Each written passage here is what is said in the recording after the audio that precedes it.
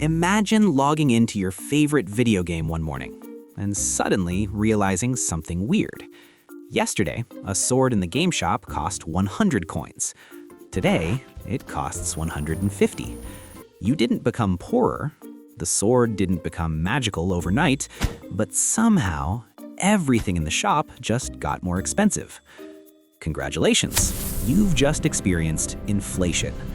Now, the strange part is, this isn't just something that happens in games. It happens in real life, all the time. And once you understand it, you start seeing it everywhere. Your groceries, your rent, your morning coffee. So let's break it down in the simplest way possible. Imagine a small digital world, millions of players, a big marketplace. People buy food, houses, cars, electronics, everything. For years, the system runs smoothly. Players earn coins, they spend some, they save some. Prices move slowly, nothing crazy. Then one day, the game developers panic. They think the game economy is slowing down. Players aren't spending enough. So they release a huge update. First update, banks in the game now give extremely cheap loans, almost free money. Second update, the developers drop millions of new coins directly into players' accounts. Suddenly, everyone logs in and thinks, wait, I'm rich? People start buying everything. New cars, better houses, huge TVs, gaming PCs. And one product becomes insanely popular, electric cars. Before the update, many players wanted one, but not everyone could afford it. Now they can. So everyone rushes to buy one. Dealers sell cars faster than ever. At first, businesses are celebrating. Sales explode. Money is flowing everywhere. But then something strange starts happening. Dealers run out of cars. Factories can't build them fast enough. Shipping is delayed. Warehouses are empty. And suddenly, businesses realize something. Too many people are trying to buy the same things at the same time. So they do the simplest thing possible. They raise prices. Cars get more expensive. Electronics get more expensive. Food gets more expensive. Houses get more expensive. Soon, almost everything costs more. That's inflation.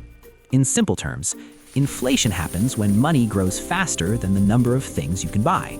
More money, same amount of stuff. Prices go up. Now, here's something interesting.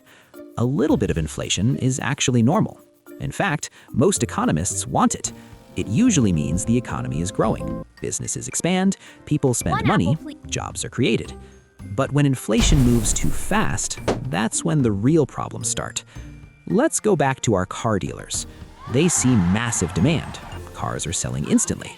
So they think this is the future. Because loans are cheap, they borrow huge amounts of money. They build bigger factories, hire more workers, produce more cars. Everything looks perfect. Until suddenly, things change. The extra money people received starts running out. Spending slows down. And now the dealers have huge factories, thousands of cars, lots of workers, but not enough buyers. Prices drop, workers get laid off, factories shut down. This is how recessions can begin. And something very similar happened in the real world during the COVID pandemic. When the global economy suddenly stopped, governments were terrified. If businesses collapsed and people lost jobs, the entire system could crash. So governments did something massive. They pumped enormous amounts of money into the economy. Stimulus checks, emergency programs, financial support. Trillions of dollars entered the system. This helped millions of people survive. But it also meant something else. Suddenly, at the same time, factories were closing. Shipping slowed down. Global supply chains broke. So the world had a strange situation. More money, but fewer products. And when that happens, prices rise. That's inflation. Now, here's where interest rates enter the story. Every major economy has a central bank. Think of it as the control room of the financial system. Its job is to keep the economy stable, not overheating, not collapsing. And one of its most powerful tools is interest rates. When interest rates are low, borrowing is cheap. People take loans, buy houses, start businesses, spend more. This boosts the economy. But if inflation becomes too high, central banks hit the brakes. They raise interest rates.